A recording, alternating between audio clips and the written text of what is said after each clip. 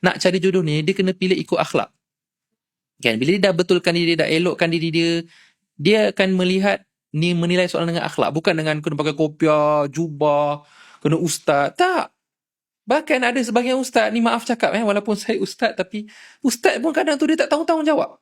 Ada ustaz-ustaz yang zalim, ustaz-ustaz yang tak bertanggungjawab, ustaz-ustaz yang dia tak ada ilmu. Dia ustaz tapi sebenarnya dia bukan ustaz. Dia ustaz tapi dia tak habis belajar, dia tak amalkan ilmu dia. Jadi dia tak jaga tanggungjawab, dia merosakkan orang, dia melakukan perkara-perkara yang tak elok. Itu ada wujud. Sebab tu kita tak boleh nak menilai seseorang hanya dengan pakaian, hanya dengan status.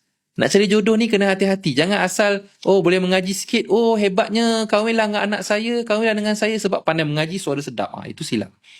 Pilih seseorang jodoh tu dengan karakter. Mulakan dengan akhlak, dengan karakter. Kan? Ini untuk perempuan lah. Untuk perempuan nak cari seorang lelaki. Sebab kebiasaannya lelaki yang mencari perempuan. Tapi zaman sekarang ni dah kena dua-dua.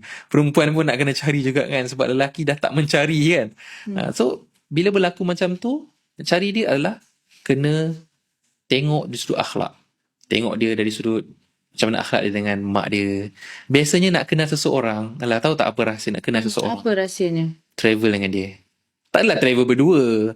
Mungkin pergi trip, ada trip ramai-ramai kan. Bila travel ni, kita lebih mengenal orang. Yang kedua adalah kita berhubungan dengan adik-beradik dia dan mak dia. Travel sekali ke, pergi umrah sekali ke, ataupun buat something activity dengan family dia. Yang perempuan lah. So, kita akan lebih mengenal dia melalui perspektif adik dia, adik-beradik dia, mak dia, kawan baik dia. So, dari situ kita kena mengenal diri dia melalui orang lain. Kita tak boleh nak kenal dia melalui dia je.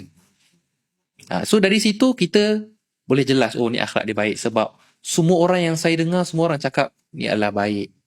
Akhlak dia baik, bagus. So, dekat situ pun sedikit demi sedikit, penilaian dia apa? Kunci dia adalah penilaian moral character, akhlak dulu.